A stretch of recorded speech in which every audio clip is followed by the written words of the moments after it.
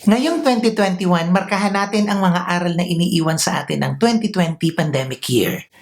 And we will do this by reimagining our New Year's resolutions. I suggest i-align natin yung ating mga New Year's resolutions sa new normal para bukod sa realistic, mas achievable. And so, sa episode na ito ng Positibong Buhay, gusto naming i-share ni Aubrey ang aming 5 New Year's resolutions for the new normal. Una, huwag hintayin ang weekend para magpahinga. Dahil sa pandemya, mas nakita natin kung gaano kahalaga ang self-care. Ngayon, mas naiintindihan natin yung paulit-ulit na bilin ng mga experts. Self-care is your first line of defense. Noon, di ba, weekend lang tayo nakakatikim ng disenteng pahinga.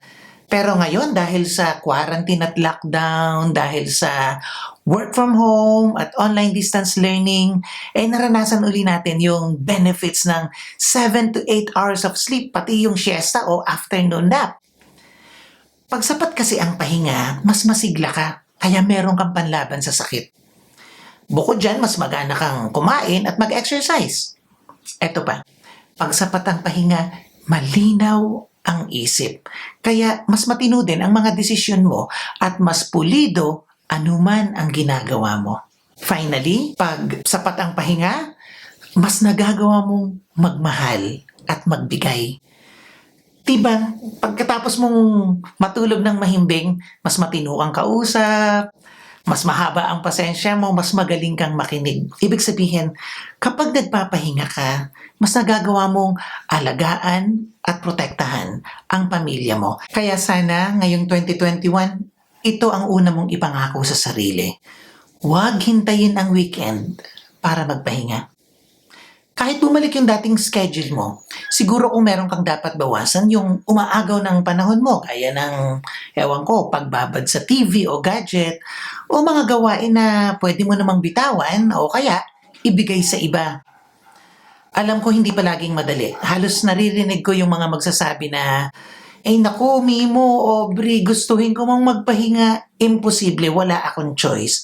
Ang dami-dami kong obligasyon at mga responsibilidad at kailangan kong magsakripisyo. Kapatid kong yan ang katwiran mo, ito lang ang masasabi ko. Kahanga-hanga ang iyong kabayanihan at natitiyak ko, pagpapalain ng Diyos ang lahat ng pagsisikap mo na bumubukal sa pagmamahal. Pero gusto ko lang itong linawin. Kahit ikaw ang pinakamapagmahal na tao, hindi kadamutan na ibigay sa sarili ang mga lehitimo mong pangangailangan. Sa katunayan, you are more capable of going the extra mile or making sacrifices pag sapat ang pahinga. Gaya nga ng lagi naming sinasabi, you are most loving when you are self-caring. Ikalawa, bagalan mo ang takbo ng maghapon. Karugtong ito ng una. Bukod sa panahong mahalagang ibigay sa pahinga, bahagi ng positive self-care at resilience building yung piliin mong bagalan ang takbo ng maghapon. Alam ko, mahirap din ito. Sa isang mundo na pinupuri at ginagantimpalaan ang pagsisikap, namula tayo sa paniniwala na pag marami kang ginagawa, mas magtatagumpay ka. At sa pamantayang yan ng mundo, ang taong abala, para bang mas angat ang halaga.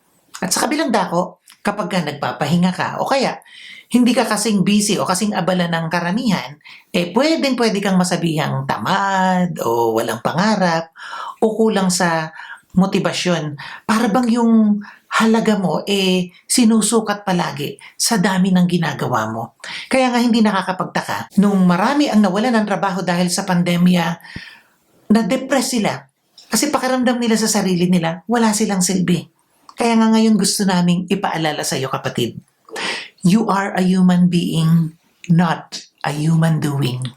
Mahalaga yung pagsisikap. Maganda yung meron kang ginagawa o pinagkakaabalahan.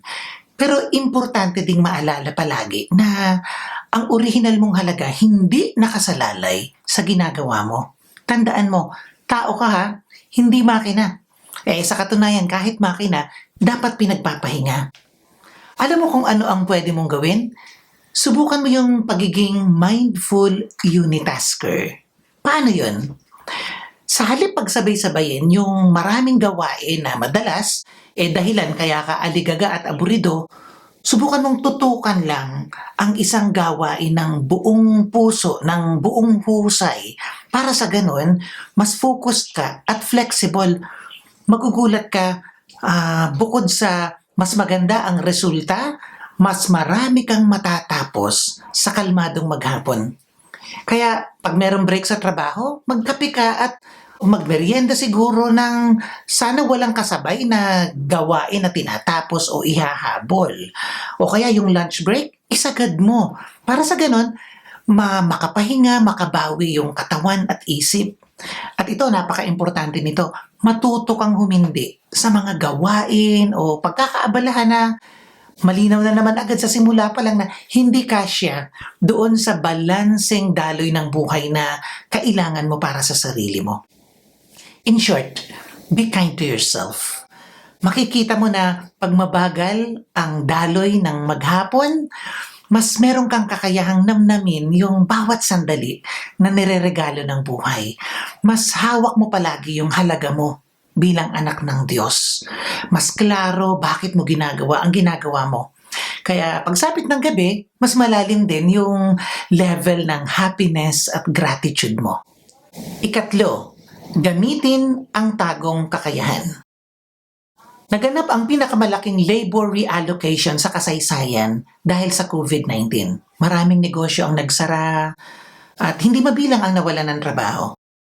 Pero kahit namimilipit pa rin ang global economy, naging daan ang pandemya para lumutang ang tagong kakayahan ng marami sa atin. May nakilala kaming lalaki na dating fast food crew. Nawalan din siya ng trabaho. At ngayon, nagrarasyon siya ng gulay, isda, karne sa mga bahay-bahay. Masipag siya, maayos makitungo sa customer at kitang-kita na mahal niya yung ginagawa niya. Pagkalipas ng 2 buwan, nung magbukas uli yung dati niyang pinagtatrabahuhan, tinanong ko kung babalik pa siya. Hindi na siguro kuya, sabi niya sa akin. Kasi bukod po sa nag-i-enjoy ako sa ginagawa ko, mas malaki ang kinikita ko dito. Kaya palagay ko kuya, kakaririn ko na ito. Palagay ko marami ang nakaka-relate. Ano yung aral ng kwento niya na iniiwan sa atin? Kung maghahanap ka rin lang ng bagong pagkakakitaan, sana wag yung gagayahin mo lang yung iba kasi nakita mong malaki ang kita doon. Hindi ko naman sinasabi na dapat orig o ikaw lang yung mauuna. Ang importante, ano man yung gagawin mo, tiyakin mo na konektado ito sa hilig mo o sa tago mong kakayahan. O kung kahit hindi mo pa nasusubukan, sana nandun yung genuine interest at willingness mo na tiyagaing matutunan ito. Bakit ito mahalaga? Una, pag tugma ang ginagawa mo doon sa passion mo, hindi mo titipirin yung atensyon at panahon na ibibigay mo dito. Kaya laging excellent yung serbisyo mo. Laging may quality yung produkto na pinagpaguran mo. Pangalawa, when you are in your element, mataas yung tinatawag nating psychic fulfillment. Gano'n naman kasi, di ba? Pag gusto mo yung ginagawa mo, katawan lang ang napapagod. Kinabukasan, paggising mo, ang taas uli automatic ng energy level at commitment mo. At ikatlo, dahil sa dedikasyon na pinupuhunan mo, mas malaki talaga ang tsansa na magtatagumpay ka. At yun yung pinakamasarap na pakiramdam, yung pinagpapala ka, umuunlad yung buhay mo habang ginagawa mo yung gusto mong gawain o nagpapasaya sa'yo. Kaya ngayong 2021, sana ipangako mo sa sarili mo, hindi ko na itatago. Tutuklasin ko at gagamitin ko yung kakayahang binigay sa akin ng Diyos. Ika-4, bawiin ang space na binigay sa gamit. Bago dumating ang COVID-19, karamihan sa atin kumbinsido na pag maraming gamit, mas madali, mas maginhawa, mas masarap ang buhay. Kaya bili tayo ng bili ng anumang maibigan. Ang kaso, habang patuloy na nadadagdagan ang gamit, yung bahay, pasikip ng pasikip. Ipon dito, patong doon, tago dito, tambak doon. Alam mo ba na konektado ang stress sa hitsura o kaayusan ng tinitirhan mo. Maraming pag-aaral na ang nag-establish ng direct correlation between the quality of our habitat and the level of our happiness. Sabi ng mga experts, anumang bagay na nag-o-occupy ng physical space ay nag-o-occupy din ng mental space. Sa totoo lang, hindi naman natin kailangan talaga ng scientific evidence, di ba? Kasi alam natin yan from our own experience. Pag maluwag ang bahay, mas maaliwalas. Pag walang tambak o kalat, mas magaan at mas maginhawa yung pakiramdam. Masarap kumain, matulog, magpahinga, magtrabaho sa masinop na tahanan. Kaya nga sumikat si Marie Kondo, diba? Kasi karaniwang problema ito ng marami sa atin. Paano nga bang iaayos yung mga naipong gamit na madalas napakarami, nakatambak lang kung saan-saan. Ayaw naman nating i-dispatch siya, ipamigay o itapon kaya. Kasi ang katwiran natin, sayang o baka meron pang paggagamitan. Pero ano ang kapalit ng panghihinayang na yon? Yung bahay mo, mukha ng bodega o warehouse. Yung tahanan mo na sana living space, ayun, naging storage space. At alam mo, problema yan ng marami. Maliit man o malapalasyo ang bahay.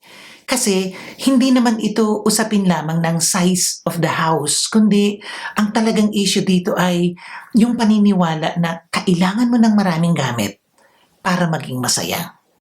Pero nang dumating ang pandemya, marami sa atin na-realize ang dami palang gamit na hindi kailangan at pwedeng bitawan. Kami nga ni Aubrey nagpapasalamat dahil naipasa namin sa ilang kapamilya yung kultura ng decluttering para maging magaan at maaliwalas hindi lang yung aming bahay, kundi yung aming buhay. Nakapamigay pa kami ng mga gamit na pwedeng pakinabangan ng iba. Kasabay nun, syempre, ay yung desisyon na huwag na basta bumili ng gamit kung hindi naman talaga kailangan. Sa personal kong karanasan, sa loob ng halos 1 taong pandemya, hindi lalampas ng 20 damit ang ginagamit ko. At okay naman, kumbaga, swak sa pangangailangan ko. Kaya kahit iba-iba tayo ng konteksto at pamumuhay, sana isama mo sa New Year's resolution mo ang pagbabawas ng gamit. Huwag ka nang manghinayang, lalo na kung hindi mo na sila halos ginagamit. Sana rin, sikapin mong huwag na silang palitan ng bagong gamit, lalo na kung hindi mo naman masyadong kailangan. Yung alam mo yon, tipong kaya mo lang bibilhin dahil gusto mo, o kaya katwiran mo meron ka namang pambili. Of course, malaya ka namang gawin yon. Pero you see, bukod kasi sa hindi ka na matatambakan uli ng gamit, makakatipid ka pa. At ang mas importante, makakapag-ambag ka sa pangangalaga sa planeta.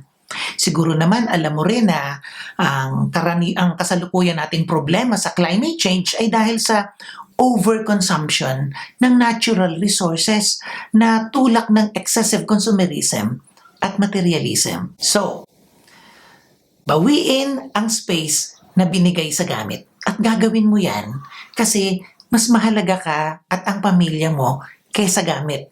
Mas mahalaga ang tahanang masinop at malinis. Mas mahalaga ang kaloobang mapayapa at panatag na isip. 5, pag may okasyon, memorable experience ang irigalo. Ngayong pandemic year, maraming okasyon ang dumaan.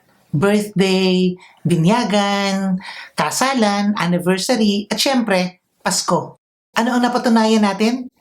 Pwede pala kahit walang magargong pagdiriwang o mga regalong nakabalot. Pwede pala kahit walang papaskong pera o anumang material na bagay. Ang mahalaga, presensya, ugnayan, makabuluhang karanasan. Ito kasi yung regalo na tumatatak sa puso, kaya mas natatandaan. Hindi lang yan. Ang karanasan ay napaka-powerful na ingredient sa family culture building. Kaya kung isa kang magulang at gusto mong maagang matutunan ng mga anak mo na mas pahalagahan ang relasyon kaysa pera o material na gamit, mahalagang lumikha ka ng mga okasyon na tatatak sa puso nila. Isang mapagmahal na phone call, isang video conference kasama ng mga mahal sa buhay, ticket sa isang educational show, virtual storytelling kasama ng mga bata, handmade cards o artworks, e-card na may social good cause, isang payapang merienda ng pamilya na puno ng tawanan at kwentuhan, pwede ring basket ng gulay at prutas o paboritong pagkain, o kaya sasali kayo sa pagpapakain sa mga bata sa bahay ampunan, o mag-aalay ng misa at panalangin. Napakaraming paraan. I remember 5 years ago noong magdiwang ng kanyang birthday ang nanay ko, nagkasundo kami sa pamilya na sa halip na bigyan siya ng nakabalot na regalo, memorable experience ang ibibigay namin. At dahil tinagurian siyang reyna ng kundiman noong dalaga pa siya at madalas na hinaharana ng mga kabinataan, naisip namin na haranahin siya. Sa pagitan ng mga awit, hinandugan namin siya ng bulaklak, panalangin, at taos-pusong pagbati. At para kumpletuhin ang experience, ang handa namin yung mga paborito na kinalakhan niya na simple at sariling atin. Sana ngayong 2021, huwag nating kalimutan ang precious lesson na ito. Ang pagmamahal, laging creative. Kaya hindi lang sa material na regalo pwedeng ipadama. Ang mas importante, presence, connection. Sila ang pangunahing sangkap para sa memorable at meaningful experience. Once again, ito ang aming 5 New Year's resolutions for the new normal.